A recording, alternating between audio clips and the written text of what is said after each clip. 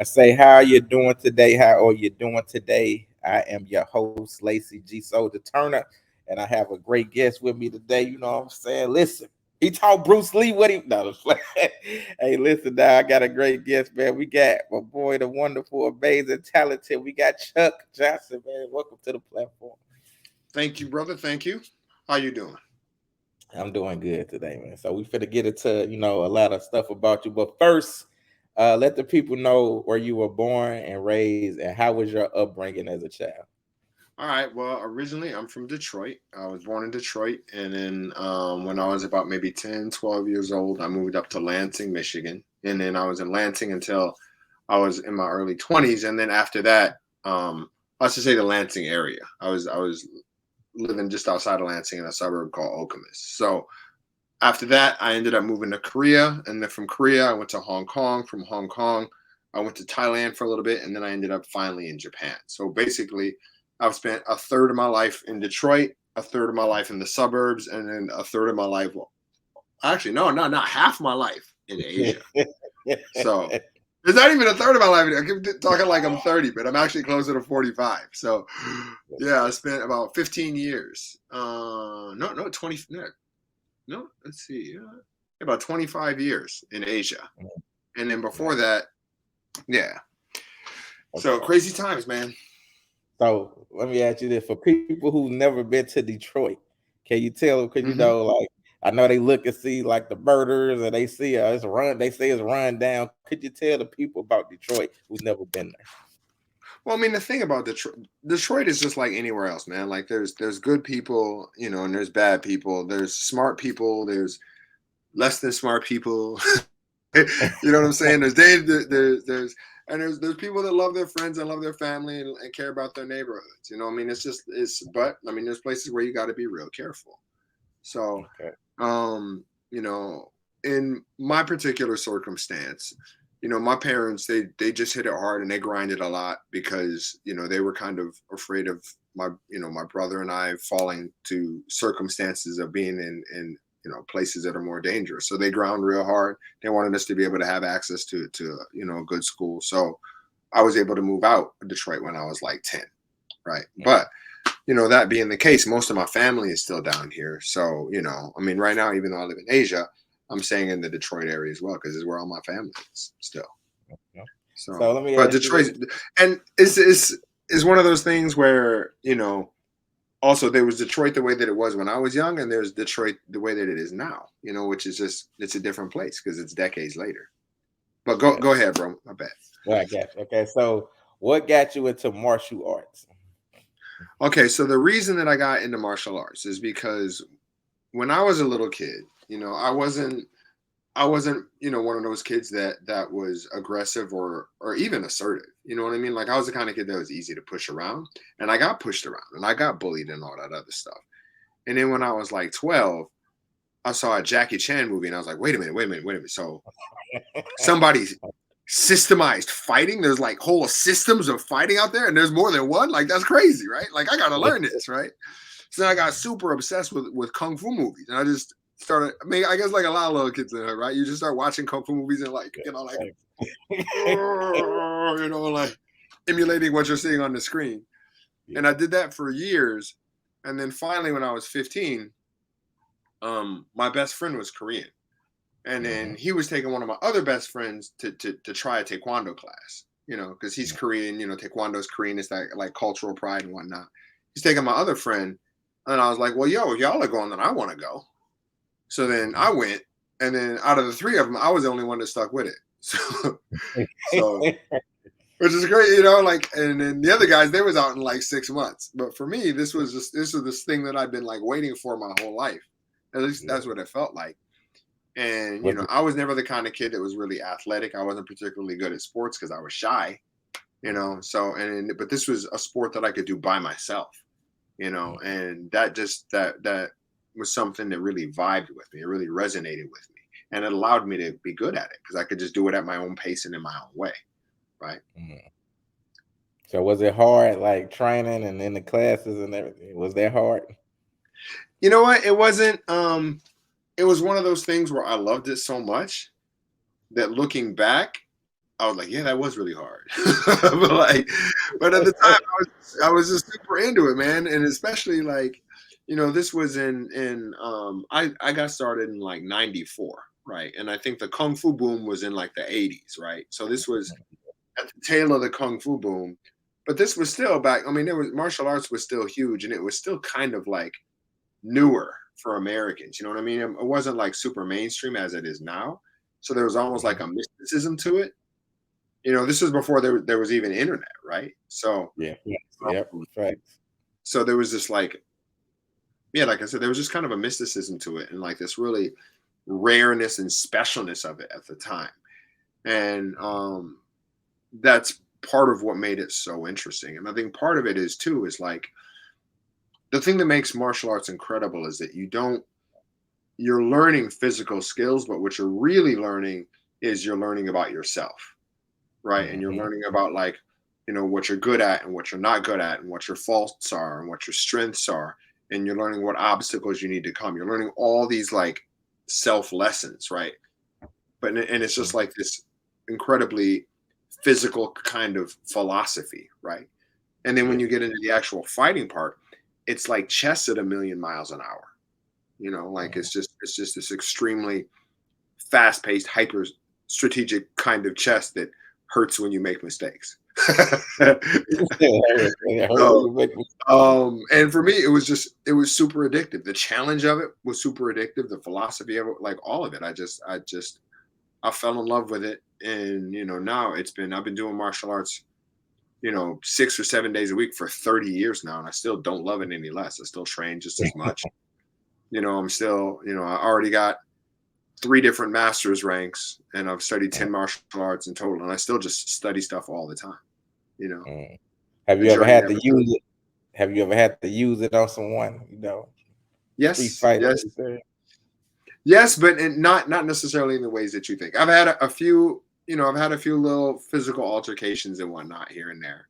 But most of what using it is knowing how to de-escalate conflict, right? Gotcha. And knowing like how to read people, like for Mm. example, like let's say like for example, if I'm at a club, right, and then I bump and then I'm just dancing, I'm grinding or whatever, and then I bump into a dude, and then he starts showing me some attitude. Then I know that the reason that he's doing that is because he feels like he needs to like establish dominance or some kind of stuff like that. You know what I mean? So basically, if somebody comes at me like that, then I'm just real chill and I'm real mellow, and I'm like, hey man, my mistake, sorry, my bad. And then usually people will just de-escalate. Like oftentimes when people confront you, um, Mm. they just don't want to have their masculinity challenged, right? So Gotcha. Yeah. if you just approach them cool and you approach them calm, then most people don't actually want to fight. They just don't want to look like punks. You know what I mean? Yeah, They don't gotcha. want they don't want that, but they don't actually want to fight, right? So if you give them an out where they can keep their respect, then most people will just kind of like, well, not everybody. Gotcha. you know, a lot of people will be cool about it. So, and then other times you have these other cats where the reason that they bully is because they don't have any confidence themselves, right? So they're just Yeah. looking for an easy target to make them feel better, which means the Mm. second you stand up to them and the second you show them that you're just ready to throw down, then they back down because they're like, whoa, they don't, they want somebody they can beat up, but they don't want somebody that's going to fight back, right? Correct. Right. So sometimes it comes, you learn to kind of read people, right? And you're like, okay, well, you know, this guy is obviously just a bully, right? So Yeah. if I show him that I'm gonna whoop him if he comes at me, then he's gonna back Exactly. down, right? Because he's Facts. doing this because he's scared, right? And then there's the Facts. other cats where like they can throw down, and they just don't they they just want to protect their self image, right? So you just make sure that you give them their self image, and then they'll be cool because they know that fighting hurts, right? So you Facts. Yeah. encounter kind of both types, right? Hmm. So let me ask you. I wanna throw out three specific things for you and tell me what you think about this. So I always wanted to ask martial artists this. Okay, what do you think about the Last Dragon movie? Bruce Leroy. Bro, bro. Bro, best movie ever, man. I love this. I watched it in theaters, dude. I saw it in the theaters. I think besides the Jackie Chan movies, that movie was it. When he caught the bullet in his teeth, dude, I was like, Catching yo, bullets with his I gotta teeth. learn it. I gotta learn it. He can catch bullets in his teeth. Show enough. Show enough. Bro, I was showing up for Halloween when I was in high school. That'll tell you. Yeah, I had the throw and everything. It was dope. It was dope. I love that. I still love that movie. It's like required watching for some of my students. Yeah. Who's the master? I am. Yeah. I love that movie so much. I love and the thing that's Go ahead. The thing that's so funny about it is you could tell when Barry Gordon made it that he didn't actually know anything about martial arts. Yeah, you can completely tell he didn't know anything about martial arts, right? But it was just such a great movie, and for me, like you didn't see like you had Jim Kelly in Enter the Dragon, but you didn't see like the black martial artist hero like that, like the Timac was, like the black martial artist that was like the young guy, right? Yep. So I loved it. So okay, the next one. What do you think about the Karate Kid? The Karate Kid was interesting too. I mean, I like what a lot of what it had to say. I think it would have been great if Ralph had actually learned martial arts. Coming back to that, it'd be nice if he actually like knew martial arts. And you could tell because you can watch him kick, and you're like, yeah, you don't know any martial arts. That would have been great if he did. But I think that the themes of what it was getting at of like overcoming difficulties and overcoming bullies and all that stuff was on point. I mean, Karate Kid was a good movie. Yeah. Yes. Okay. It was a good one. Yeah. My last topic I want to add. What do you think about the great Bruce Lee? You mean like Bruce Lee, like the whole Bruce Lee, like everything? Yeah. Yes, everything. Yeah, I mean, I think you can't have any discussion on martial arts without talking about Bruce. You just can't, because Bruce was he was light years ahead of everything at the time, right? I mean, because he was the first person to introduce weight training, and like systemized weight training into martial arts, right? And I mean, basically everything that he was saying about MMA, or everything about that what you see with the proliferation of UFC and MMA. Bruce Lee was doing that in like the 70s, right? Like if you watch like Enter the Dragon, they're wearing MMA gloves, and and then they're kicking and they're grappling at the same time. I mean, basically, he pioneered MMA, 20 or 30 years ahead of everybody else. Like the guy was he was a legend, And I think the only reason he's not with us now was because, and some of the pioneering work that he did in weight training, he hurt his back real bad. Yeah. And then because of that back injury, he was in so much pain all the time. He was taking all kinds of painkillers and taking all kinds of medications, and ultimately, that's he lost his life blazing the trail, basically. Yeah. But he was right about everything. He had one workout that he shouldn't have, or he didn't warmed up at a time that he should have, and it's just because the science of weight training didn't exist at the time. He basically kind of made it. You know what I mean? So, or at least he trailblazed a lot of it. So, but Bruce was amazing. I would love to know what he would be like now, if he was still alive. It'd be really, really interesting to see what he would be like and where he would be at.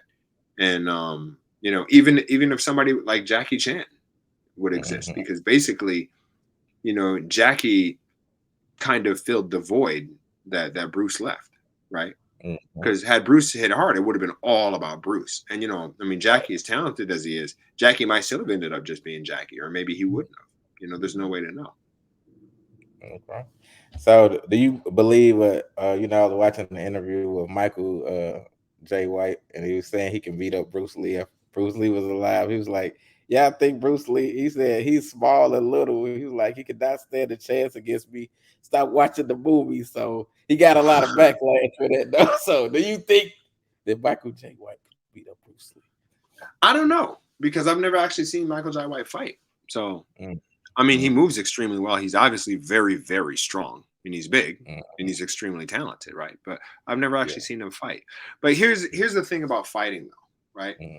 Is oftentimes, and you get into this a lot when you have people say like, well, which style is better? You have like, you know, if you put like a taekwondo guy up against like a kickboxing guy up against like a karate guy, right? Like which style is better, right? Oftentimes it isn't so much about the style as it is about the skill of those two individual people. Well, not just the skill though. It comes down to the skill of those individual people. And then sometimes it just comes down to who has more raw of a character. You know what I mean? Like who's willing to take more punches to the face and keep going. Right. Yeah, you know, and when you have two dudes of equal skill, you know, two guys who are equally as good at what they do, and then you have and then they're both, you know, are equally as just raw people, right? Then what it comes down to is just who gets that lucky shot in first, and then that's just all that it is, right? So oftentimes when you watch these matches where they match up people to different styles and stuff, I mean, there's certain styles that on average will perform better than others, you know, but all of them have weaknesses, right? Like jujitsu, amazing one-on-one, but not good if you have to fight more than one person at a time. You got to fight more than one person at a time. You're way better off with boxing because you can just like pop, pop, and you can just boom, boom, and you can move, right? Jiu-jitsu, you get tangled up with one guy, the other one's just going to kick you. You know what I mean? While you're on the ground, you know, or like they can bite you, they can gouge your eyes out. You know what I mean? Like they can do all kinds of stuff that you can't do. Ground, right? Fight. Yeah, right. I mean, or you look at like Muay Thai is great. It's awesome. Great for street fighting, absolutely. But then you also have to look at what it does. You know, Muay Thai, it's so hard on your body, right? Like those guys, they just beat the living hell out of their bodies, and their fight careers are real short, right? So you have to look, okay, if you take that skill to the point of mastery, you know, what is that going to do to your body later on in life? You know, and if you're getting hit in the head all the time, you know, you're getting concussions all the time, is that really going to make you a better fighter? You know what I mean? Yeah. Whereas in contrast with a lighter fighting style like Taekwondo, quote unquote, you still learn like timing and distancing and baiting and trapping and reading people and all that other stuff. But it's also way easier on your body, which means you can do it for way, way longer. So in effect, it's just way healthier. And you don't get all the head trauma. So you stay a lot sharper. Right. So, you know, which one is the better one? I don't know. But they've all got relative advantages and disadvantages. And, you know, every fighter has relative advantages and disadvantages. Like I got friends that I look at and I'm like, I wonder if I could beat this dude. And like and honestly, I don't know the answer. Some of them I think, yeah, I probably could, but some of them like, you know, it just depends. If I knock them out before they can get me on the ground, like I'm like bam, and I can hit him and I can knock him out, then I'd win. If I miss and if he grabs me, takes me to the ground, they're probably gonna win. You know what I mean? Like is that kind of thing. Gotcha. So, okay. So how did you get into like training celebrities and stuff like that? Okay, so the way the whole so basically the way this whole thing in Japan happened is I wanted to go to the 2004 Olympics for Taekwondo. That was my dream for a very long time. And then, you know, in pursuit of that dream, I went to Korea, and you know, I studied Taekwondo in Korea for, you know, several years and whatnot. And then my way of going to Korea was by university study abroad. And then I took literally every single class you can take in Korea. Like I just took all of them. And then my study abroad counselor was like, well, you can't go to Korea anymore because you took all the classes. There's no classes left to take. And I was like, all right, well, what's the next closest country to Korea? And she was like, Hong Kong, but you got to be a business minor. And I was like, all right, well, then I guess I'm a business minor. So I just added a business minor to my degree and then signed up for all the classes in Hong Kong so I can go to Hong Kong, teach English at night, save up money, and then go back to Korea again. So anyway, needless to say, by the time I graduated, I had all this living experience in Korea, all this living experience in Hong Kong, and all this martial arts experience from studying martial arts in Korea and in Hong Kong. And then it's like, all right, well, you know, now what am I going to do with all this? And then I thought, well, you know what? I haven't done Japan yet. So maybe I'll just go to Japan and then I'll just teach English like a lot of people, and while I just figure it out. So then I just went to Japan as like an English teacher. And then in my first week as an English teacher, I met this dude at a party, and he's like, "You look really strong. What are you doing?" I'm like, "Oh, I'm a taekwondo fighter." And he's like, "Me too. We should go fight." And I was like, "Yeah, let's go fight." So then we just went, because that's just what you do when you meet other martial artists. You're like, "What do you do?" "Oh, I do this." "Oh, okay, I do this." "All right, let's go fight." So then, yeah, so we just went and we just fought. And then he's like, "You're really good. You should work with me." And I'm like, "What do you do?" And he says, "I'm a bodyguard. And like I bodyguard Hollywood people when they come to Japan. And it'd be great to have a native English speaker on the team. So you should work with me." And I'm just like, all right, that sounds good. Let me do that. So then I just got into bodyguarding celebrities. And then eventually, that ended up segueing me into entertainment, and which led to all kinds of other stuff. Nice. So, who are some celebrities that you bodyguard? Okay, so one of the rules of being a bodyguard is that it's your job to guard your principal. So, and as far as I'm concerned, that job extends beyond, even after the job finishes. So, I got to tell you right now that I can't actually talk about anything that I saw, when I was with them. But I worked on security details for, I worked on details for like Orlando Bloom and Jude Law and Sylvester Stallone, Madonna, just a wide range of people. So a few different political figures. So it was very interesting work, needless to say. So I know you can't talk about stuff that happened, but who would you say was your favorite person to bodyguard? The interesting thing about that is that when you work for celebrities, so here's the thing about what celebrities live like, right? So basically they know that anything that they say can be weaponized, right? They know that like if they're rude to somebody, that's some the internet, and then just be like, this person's rude to me, blah blah blah blah, and then just create gossip and then monetize that gossip and make money off of it, right? So a lot of times when you work for celebrities, as a policy, usually I never talk to them.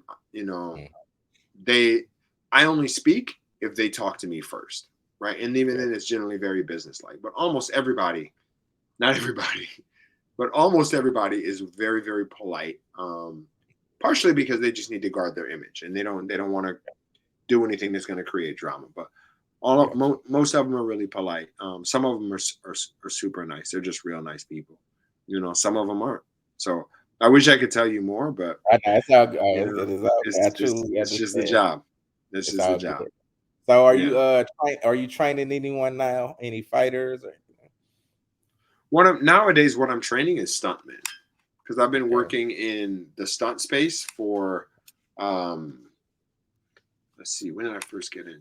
Let's see, I'm working in the stunt space for about 23 years now. So and working in action movies. And I first started training other stuntmen in 2011 because I was hired to work at a stunt school based out of Seattle that actually produces a great number of some of America's best stunt people. So I was brought in as the fight choreography instructor there. So I've been teaching there since I think 2011 or 2012. And then I started training my own team of stuntmen in Tokyo shortly after that. So after I was a celebrity bodyguard, on another weird happenstance, I was looking for a way to make a little bit more because the bodyguarding thing was only sporadic. So somebody was like, all right, well, you know what you should do is you should model, because you're really tall and you're ripped, and you at that time there was very few tall brothers in Japan, and I looked like Godzilla. You know what I'm saying? I was a big old kaiju walking around in Tokyo, right? So people were like, you should model. You got a look that nobody else has. So then I walked to an agency and I'm like, hey man, like I don't know anything about this, but I want to do this modeling thing. And then like, well, what are you good at? And I'm like, I'm good at martial arts. And like, oh, we're making a Godzilla movie and we need martial arts champions. Are you a champion? And I'm like, yeah, I'm a champion. And they're like, all right, well, why don't we send you for an audition? The auditions closed like an hour ago, but let's try anyway. And I'm like, all right, fine, let's try. So then like I ran outside, took my shirt off, did like some flying kick. I got one good picture with like a wedding happening in the background or something. Man, sent that into the casting director, and they're like, a guy a shot. So then they sent me in, ended up getting into the movie, and then from there ended up getting onto a Japanese action team as the first foreign guy that they ever had. And they didn't speak any Japanese at all, which is messy as all hell for them. And then that ended up giving me this career as like Japan's black action guy, and I was the only guy like for forever, right? And then eventually there was like, well, yo, bro, do you have anybody else? Because they would do stuff like they were like, all right, well, let's see, we need a balding, 50-year-old overweight white dude and to play Santa Claus, and we don't have that, so we're just gonna use Chuck. Throw Chuck in there. And it's just like that all the time. They're like, well, let's see, we need a 5'6" white woman. We don't have that. We're just gonna use Chuck. And I was just playing like every kind of foreigner that there was, right? So eventually they were like, bro, do you have anybody else? And I was like, you know what? Maybe I should have other people. So then I just started training. I started training other foreigners, and I had a few people from the stunt school that I taught at in Seattle that are like, man, I want to come to Japan. And I was like, all right, then come. So then they came, and then I started training them, and then they started getting into films. And all of a sudden, I had a stunt team. And then that stunt team grew and grew and grew, and eventually grew into what I have now, which is called Quiet Flame Productions, which is an institute for training people in the sciences of movement. So we teach all different kinds of physical disciplines, like Taekwondo, Kali, Eskrima, fight choreography, Japanese weapons, Western weapons, horseback riding, all these different kinds of physical disciplines in one place. For actors and also for some people. And then, now I also produce film, and I also direct. I also do fight choreography. I just kind of got my hands on a lot of different pies. I do a lot of different stuff. Look at you. Look, Chuck, I'm gonna have to get you. I write and direct movies too, so I might need you. I might need you, Chuck.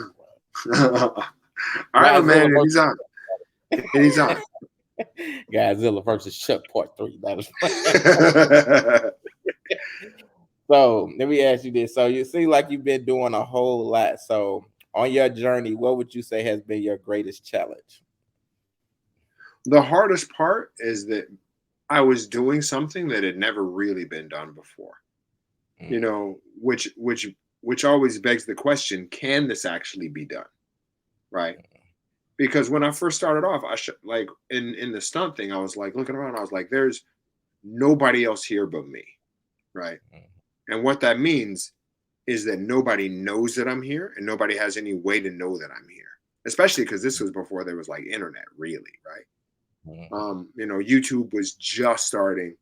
There was like MySpace, was just starting and whatnot. MySpace. Yeah, so there was no way for people to know that I was out there. So, I spent between the time that I got Godzilla and then I got my next movie, basically I spent 2 years training and I didn't get anything. I was just training and training and training with no work. And then it took 2 years for me to get my first role. And in that time, like I kept having to tell myself, like, all right, is this really worth it? Am I really getting anywhere? But I kept thinking like, all right, well, if I can pull this off because there's no one else, when I make it, I'm going to be the only guy. And then I'm going to just crush it because I'm the only guy. And that's basically what happened, but there were some very long, very lean years in between, man. And it took a long time. And then you're dealing with like all the cultural barriers and language barriers and all that stuff together. It was tough, man. Like I went through some pretty tough years to get to the position that I'm in now. Okay. So what would you say has been your greatest accomplishment? That's hard to say. Not to toot my own horn, but I've done a lot of things that I'm proud of. My favorite acting moment as an actor was when I was doing the motion capture for a game called Left Alive. And originally they brought me in as one actor, or they brought me in to play one character. And then there was another actor that they brought in who was just, the guy just was not taking his job seriously. He wasn't memorizing his lines, everything else. And they said, Chuck, like, he's just not doing it. Can you pick up and take his role? And I said, yeah, I can do that. So then I ended up taking on 2 characters. And then eventually they ended up giving me a 3rd character. So I was playing 3 of the main characters in this game, and I was doing the stunts for it. And then at one point in the game, it was crazy. And then at one point in the game, 2 of the characters face off they have dialogue, and then one turns around and the other shoots him in the head and kills him. So I got to shoot myself in the head and kill myself. And it was the craziest moment. And even all the staff was like, man, we've never seen that before. That's incredible. We've never seen that. And I'm like, yeah, that was amazing. So that was my favorite moment as an actor by far. And beyond that, one of the biggest honors that I had is I got to do the motion capture, a little bit of the motion capture for Street Fighter 6, because when I was a kid, Street Fighter 2 was just my jam. It was my jam, bro. Like I was all about Street Fighter 2. I loved it so much, right? Yeah. So the fact that I actually got to be, actually got to work in Street Fighter 6 was incredible. Nice. That was just, it was amazing, right? Right. But I kind of feel like it isn't so much one big thing as this. It's like an accumulation of like a lot of small things, and it's just all these like, I mean, I guess they call it like the progress mentality or like the kind of baby step mentality, where you just strive to just be a little bit better every day, a little bit better every day, a little bit, just up your game a little bit every single day, right? And then just over time, you just kind of do like this, right? And then that slope, it just keeps getting sharper and sharper and sharper. So, yeah. I know exactly what you mean. So let me ask you this. What advice would you give to a young person who wants to get into martial arts? Yeah. I think the most important thing is that when you try to get into martial arts, everybody's going to tell you what they think the best martial art is, right? And they're going to tell you like, oh, you should do this and oh, you shouldn't do that and all that. But really, the number one reason that you should do a martial art is because you think it's fun. Period. Because at the end of the day, like if you don't think it's fun, if you don't enjoy the training, then you're just not going to stick with it. It's going to be the training is going to be a chore, right? So you have to choose something that really vibes with you, right? Gotcha. And then after you find the one that vibes with you, you have to find a dojo or a dojang, or you have to find a school that vibes with you. Because even if you find like a cool style, you go in if the instructor is, the instructor got a bad attitude, or the instructor treats you badly, or you got a lot of haters among the other students or whatever, you're going to enjoy the training experience. I mean, you have to find a dojo and a style where you simply enjoy the training. If you do that, you're going to stick with it. If you stick with it over time, you're going to get real good at it. So those are the big things. And I would say, because a lot of people told me, like, oh, Taekwondo isn't the most practical martial art. But I did Taekwondo because I just love Taekwondo. And because I loved it, I got real good at it. And then after getting really good at Taekwondo, then I started branching out and studying all kinds of other things while still pursuing Taekwondo. So like Taekwondo was kind of the root of my martial arts tree, quote unquote. But then there's all these other like, different things that I do as well. But Taekwondo is at the very root. Like Taekwondo is kind of the lens that I see all the other martial arts through, right? Or how I compare and contrast it to all the other martial arts. Okay, I got you. So do you have anything coming up that you want to promote? Yeah, so the big thing that I've got coming out is, I'm working on my first feature film. It's called Eastbound Traffic. It's about sex trafficking. And what I'm trying to do is I don't want this to not just be an action film, but a social impact project. So basically, I'm doing the film partially to raise awareness of sex trafficking. And I've linked up with an international anti-sex trafficking organization to be consultants on the script and a few other parties to really, truly bring as much realness to the portrayal of sex trafficking as I can in the story. I've also using actual victims that have survived this. I'm actually using them as actors in the film as well, among other things to make the project unique. So, and then of course the action's going to be dope. I'm going to make sure that the action is dope. So I'm going to be shooting it. Going to be shooting it in October, and I'm hoping to release about maybe February of next year. And the film's called Eastbound Traffic. So just keep an eye out for eastbound traffic because it's going to be good. So how can people get in contact with you, or where can they find you at? I'm pretty easy to find because all you have to do is search Black Stuntman Tokyo or or like Stuntman Japan Black or something like that. Anything like Black and then Stuntman, and like like I just pop up all over Google. I'm all over Google. Okay, Or you Black can just search. Stunt, Yeah, Black you can search. Stuntman Tokyo. Yeah, you can search Chuck Johnson too, but there's two other Chuck Johnsons. One of them is like a music guy, and the other is like a right wing commentary guy or something like that. So just don't go for the other ones. He said, Stick just with the to go. realist. Ignore the other guys. Ignore the other Chuck Johnson. Stay with this Chuck Johnson. I got you. Yeah. So but yeah, I mean, I'm on Instagram. I'm on YouTube. My company's called Quiet Flame Productions. And on YouTube, my two main channels, the Chuck Johnson channel is just about fight choreography. Quiet Flame Productions is all,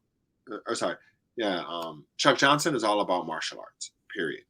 Quiet Flame Productions is all about fight choreography and film related stuff. So if you're interested in film, you can check out Quiet Flame Productions on YouTube, or fight choreography, or just martial arts action, that kind of stuff. If you're interested in actual martial arts, then just check out my YouTube channel, Chuck Johnson. Otherwise, you can just find me on Instagram.